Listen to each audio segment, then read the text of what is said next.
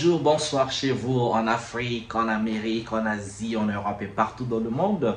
Bienvenue sur notre chaîne, votre chaîne en Afrique et en diaspora. Aujourd'hui, on va parler du danger du développement au modèle occidental. Nous rêvons tous de développement, de développer l'Afrique. Alors, qu'est-ce que ça veut dire en fait développer l'Afrique? Dans plein de mes vidéos, j'ai touché un peu de ça, mais vous savez, quand on vient des pays qui ont été colonisés par des pays européens, et je parle français, donc la France est passée par là, le Congo-Brazzaville qui avait été colonisé par la France, et donc la France a colonisé près de 22 pays en Afrique.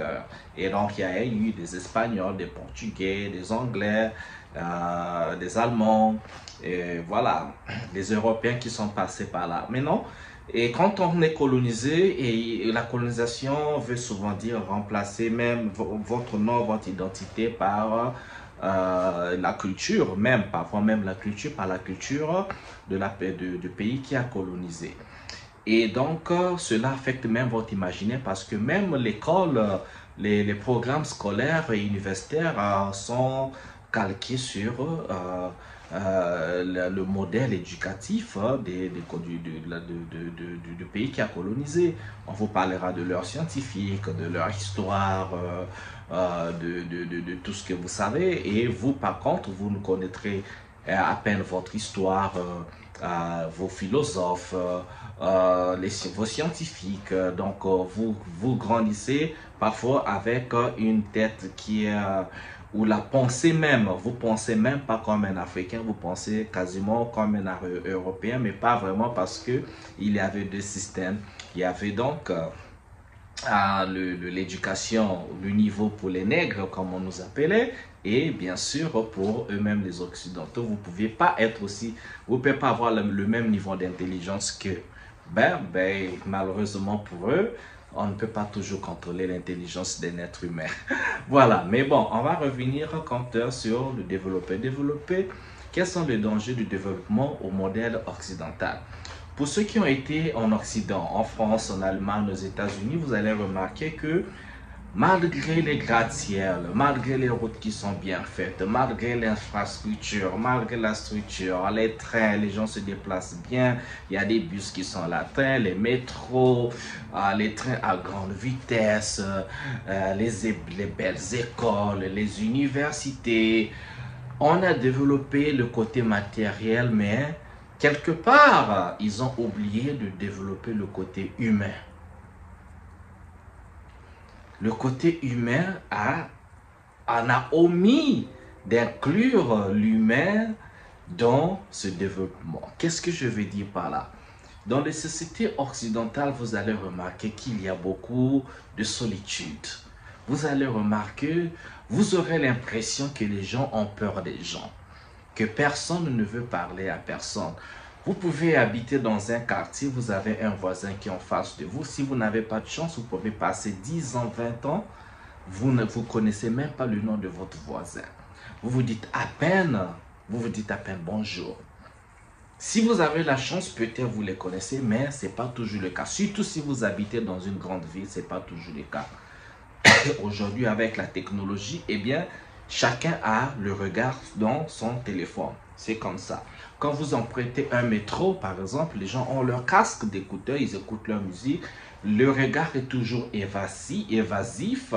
Personne ne veut faire un contact visuel avec l'autre. C'est un monde un peu comme des zombies, un peu comme un monde robotisé.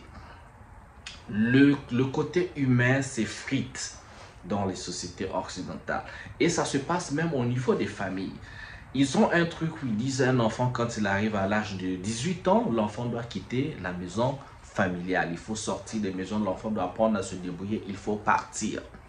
Et souvent, l'enfant, quand il ou elle va, les enfants, parfois, les enfants vont pour toujours, ne reviennent plus jamais.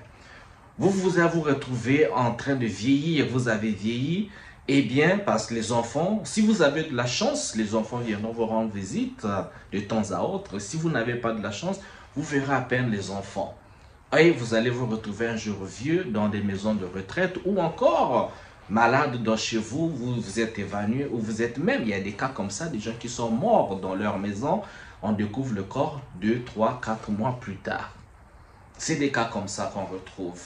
Parce qu'on a créé là-bas une société où les gens doivent travailler. Mais les gens passent maintenant le temps à travailler. Donc, on a l'impression que les gens vivent pour travailler et non travaillent pour vivre. C'est cette impression que ça donne dans le monde occidental. Donc, le côté humain. Et donc, avant, vous savez, dans le monde occidental, aujourd'hui, même faire des enfants, ça devient un problème parce que les gens ne veulent pas faire des enfants. Pourquoi on dit que ça coûte cher de faire les enfants?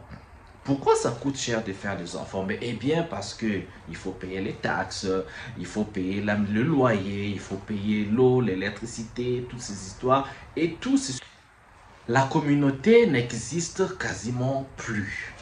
Et donc, vous devez travailler, si vous avez un enfant, vous devez travailler pour payer une nounours, donc une nanny, une personne qui va surveiller vos enfants. Et parfois, cette nanny-là a aussi des enfants, mais se sert du salaire que vous lui donnez pour aussi payer une autre nanny qui va s'occuper de ses enfants à elle. Tout devient transactionnel. Alors, chez nous en Afrique, nous savons souvent, le plus souvent, on ne dit jamais aux enfants, oui, tu as 18 ans, il faut partir. Non, l'enfant va sortir de la maison quand l'enfant est prêt. Mais même quand l'enfant commence à travailler, on dit souvent à l'enfant, bien, fais des économies. Le jour que tu seras prêt, tu te trouves ta femme, tu formes ta famille. Quand tu es prête, en fait, tu dois partir, mais la maison familiale est là. Reste ici pour faire tes épargnes. Nous vivons souvent ensemble dans les maisons ou bien la cour commune, parfois, comme on dit souvent. Il y a toujours des tantes, il y a toujours des sœurs, il y a toujours des membres de famille qui gravitent autour. Ce qui fait que, même quand on fait des enfants, on n'a pas forcément besoin de payer une nounours parce que, eh bien, la tante est là, la maman est là, la grand-mère est là, la petite sœur est là, la grande sœur est là. Et parfois même, les voisins sont là parce que vous vous connaissez. Et donc, il n'y a pas ce sentiment de solitude. Le mot solitude n'existe quasiment pas parce qu'il y a toujours des gens autour, il y a toujours quelqu'un à qui parler. Et parfois même, que ce soit même dans les villes, dans les quartiers, hein, on va chez les voisins et est-ce qu'il y a le besoin il manque le sel chez vous, au lieu d'aller acheter de la boutique, vous êtes en pénurie de sel, vous demandez le sel chez le voisin ou la voisine. Vous demandez un mortier, un pilon, tout ce qui peut vous manquer parce que c'est comme ça que ça se passe dans la société. Et donc, ça fait qu'il y a une communauté, des gens qui sont en contact, des gens qui se parlent, des gens qui se complémentent, qui se... Excusez-moi. Et les enfants, parfois, traversent, vont chez les voisins au lieu de toujours payer parce que dans le monde occidental, quasiment, il faut tout payer, même pour la distraction. Il faut aller dans un parc, il faut payer, il faut aller à Disneyland, il faut payer, il faut aller un peu partout. Bon, il y a des parcs publics qui sont gratuits avec des toboggans, avec des balançoires, ça existe. Bon, chez nous, ça n'existe pas toujours trop, on n'a pas toujours cette chance. Mais par contre, c'est remplacé par des enfants qui peuvent aller jouer au football dans la rue ou bien au terrain d'une école publique qui est dans le quartier. Ça fait que tous les enfants se connaissent. Les enfants qui font faire du vélo, ils se partagent le vélo. Parfois, c'est 1-2 vélos qui existent pour 20 enfants qui font des tours, qui se prennent des tours comme ça. Et donc, ce côté communauté existe. Alors, nous qui voulons en Afrique nous développer, est-ce qu'on va se développer au modèle occidental ou bien on va essayer de respecter la communauté en se disant que même si on fait le design de notre développement, mais comment est-ce qu'on peut se développer sans pourtant perdre ceci? Beaucoup de pays, beaucoup d'Africains sont complexés. Moi, je vois ça bon, dans mon pays, le Congo-Brazzaville. Les gens, quand ils accèdent à un certain niveau, un certain statut social, ils ont de l'argent, eh bien, ils ont fait l'Europe, mais ils viennent chez eux, ils veulent vraiment calquer tout ce qu'ils ont vu en Europe. Ils construisent une maison, ils ne veulent pas le contact avec les voisins, ils sont dans leur voiture, et, la voiture vient, le portail s'ouvre, ils rentrent dedans, ils sont dedans, ils ne veulent rien avoir avec personne. Je comprends qu'il peut avoir un certain niveau de vie privée qu'on veut préserver, bien sûr, ça je comprends. Mais le danger, c'est que si tout le monde se comporte ainsi, on risque de se retrouver avec des sociétés africaines qui se développent, mais vraiment calquées sur le modèle occidental. Et donc, on risque même de prendre des habitudes des Occidentaux parce que, de mon expérience, j'ai parfois l'impression que les Occidentaux n'aiment pas trop les humains. Ils sont très accros à leurs animaux, surtout les chiens et les chats. Les chiens, j'ai l'impression que les chiens, les chats ont beaucoup plus de la valeur là-bas que les humains. Ils sont beaucoup accros de ça. Il y a des hôpitaux des vétérinaires un peu partout, des centres pour chouchouter les animaux, les chiens, les chats, les nettoyer. Donc il y a vraiment toute une industrie sur ça. C'est comme si ça remplaçait, ça devenait comme un support émotionnel. Comme si les animaux deviennent des supports émotionnels. On trouve le confort plus dans ce support-là plutôt que le support humain. Je peux me tromper, mais c'est mon expérience en tout cas. Et donc, le danger de développement, il faudrait qu'on fasse très attention parce que sinon, on risque de construire l'Afrique qu'on dira développée et industrialisée et perdre aussi ce côté humain. Or, qu'il faut savoir que l'humanité doit prôner sur le matériel. Franchement, l'humanité doit prôner sur le matériel. Le plus important, c'est l'humain. Respecter la santé, sa santé, la santé de l'autre, être en communion avec les voisins, avec les amis. Ça fait partie aussi du système sanitaire. Quand vous souriez, quand vous riez, vous partagez vos mains avec les amis, vous mangez sur la même table, dans la même assiette. Pourquoi pas? Vous mangez avec les mains, vous rigolez, vous buvez ensemble. Eh bien, ça contribue à votre épanouissement sanitaire. Quand vous travaillez, vous commencez le travail peut-être à 8h, 9h, plus tard 16h, 17h, vous avez fini. Mais quand vous rentrez chez vous, il y a des gens. Vous ne rentrez pas juste pour vous mettre devant votre télévision, devant votre ordinateur, votre téléphone. C'est un choix. Vous pouvez bien le faire, ok? Mais vous savez que dehors, il y a des gens. S'il faut prendre un break, faire une pause des appareils électroniques, vous pouvez sortir et parler à un humain plutôt que de ne pas avoir cette option-là. Parce que oui, dans les sociétés occidentales, ça existe. Vous êtes devant vos machines. Quand vous sortez, eh bien, il n'y a personne avec qui parler. Et surtout, quand on vit dans ces sociétés-là, on a comme l'impression que ce sont des sociétés qui n'aiment pas les vieux. Plus vous vieillissez, plus vous perdez de la valeur. Alors que chez nous en Afrique, plus vous vieillissez, plus vous prenez de la valeur parce que les gens vous respectent, parce que les gens connaissent l'importance des vieux. On prendra soin de vous, on connaît votre place, il y aura toujours des gens autour de vous pour vous protéger. Ce qui n'existe quasiment pas dans les sociétés occidentales. Oui, ils ont des centres, des maisons de retraite, mais vous allez... C'est des gens qui prendront soin de vous là-bas, c'est des gens que vous ne connaissez même pas. Et c'est des gens qui sont là juste pour leur boulot parce qu'on les paye pour vous occuper de vous. Ce n'est pas parce qu'on vous aime. Il n'y a pas d'amour en fait. Ils viennent, ils font leur travail. Si vous avez la chance, oui, ils vont faire leur travail avec amour. Mais il y en a qui viennent, il n'y a pas d'amour. Si vous êtes juste un vieux comme ça, décrépit au coin et tout, bon voilà quoi. Vous attendez votre dernier jour pour partir soit en enfer, soit au paradis. Je ne sais pas.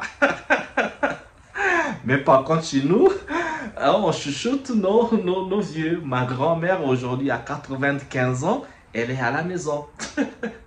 Elle est au Congo, elle est à la maison. Les enfants sont là, les petits-fils sont là, les arrière-petits-fils sont là déjà. Tout le monde est là et elle est, voilà quoi. Elle est chuchotée, elle est choyée. Donc voilà. Parce que c'est quand même inconcevable que vous avez passé tout votre temps à élever des enfants, à faire tout ce sacrifice-là. Et on fait des enfants, c'est pour former une famille. On ne fait pas des enfants pour dire après, bon, moi j'ai ma vie, moi ma vie ne dépend pas de mes parents, mon père a sa vie, ma maman a sa vie, moi j'ai ma vie. C'est quoi ça? Eh bien, c'est leur culture, il ne faut pas que je juge, mais je trouve ça dommage parce que l'humain a besoin de l'humain. Quand on est en communauté, papa, maman et tout, ça sert à quoi en fait le but? C'est quoi le but de la vie s'il faut seulement aller travailler, partir et tout, bon, après ne pas reconnecter avec sa famille, ses frères, ses soeurs et tout. Bon, je dis pas que c'est toujours parfait, vous savez, il y a les familles, on se bat, il y a des désaccords, mais on s'aime toujours. Même le fou dans la rue, comme disait quelqu'un, je ne sais pas si c'est un musicien congolais, je pense que c'est Félix Oisé quoi, qui disait, le fou dans la rue, si vous voulez savoir si ce fou-là a de la famille, eh bien, agressez le fou avec beaucoup de violence, vous verrez que la famille de cet homme ou de cette femme folle dans la rue, ou bien, voilà, malade mental, vous verrez sa famille venir vous agresser, vous porter plainte ou s'occuper de votre sort. Voilà. Et donc, ça veut tout simplement dire, les gens ont besoin des gens. Nous, en Afrique, on doit faire très attention pendant que nous cherchons à se développer, à industrialiser l'Afrique. On doit éviter ce complexe-là. Parce que, je vous assure, j'ai visité le monde occidental. Je ne suis pas impressionné de ce côté. Je suis impressionné de la technologie, de comment la société est organisée. Mais le côté humain, je ne suis pas du tout impressionné, pas du tout. Je suis même pas inspiré. C'est une chose que je rejette énormément quoi. Vous arrivez, même se faire des amis, c'est quasiment impossible. Mais vous arrivez surtout, plus on grandit, c'est quasiment impossible de se faire des amis. Bon, chez nous en Afrique, des amis. Hein. Bon, je dis bien, je sais bien qu'il y a amis et amis, mais la présence humaine sera là. Elle est constante, la présence humaine. Je n'ai pas besoin de te connaître pour te dire bonjour comme dans les sociétés occidentales. Par exemple, tu dis bonjour à quelqu'un. Si tu as la chance, on te répond. Si tu n'as pas la chance, personne ne te répond. Mais vous êtes certain que dans l'Afrique, si vous dites bonjour, bonjour maman, on va vous répondre. Bonjour papa, bonjour tonton, bonjour les gars. On va toujours vous répondre. Excusez-moi, est-ce que vous savez où se trouve ce trou? Vous voulez demander votre direction. Vous êtes sûr et certain qu'on vous dira toujours. Dans le monde occidental, il faut avoir de la chance. Sinon, vous allez dire, bonjour, excusez-moi monsieur. La personne est pressée pour aller au travail. La personne dit, c'est vous. En plus, si vous êtes noir. Je lui dis par expérience, ok? Parce que j'ai voyagé un peu partout en Europe, en Amérique, en Asie. Donc, je sais de quoi je parle. Donc, faisons très attention pendant que nous pensons au développement de l'Afrique. Mais ça doit être en préservant nos coutumes, nos cultures communautaires. C'est très important pour la santé de la nation. Merci de m'avoir suivi. On se retrouve à une prochaine vidéo. Je vous adore. Allez bien le bonheur chez vous. Ciao, ciao.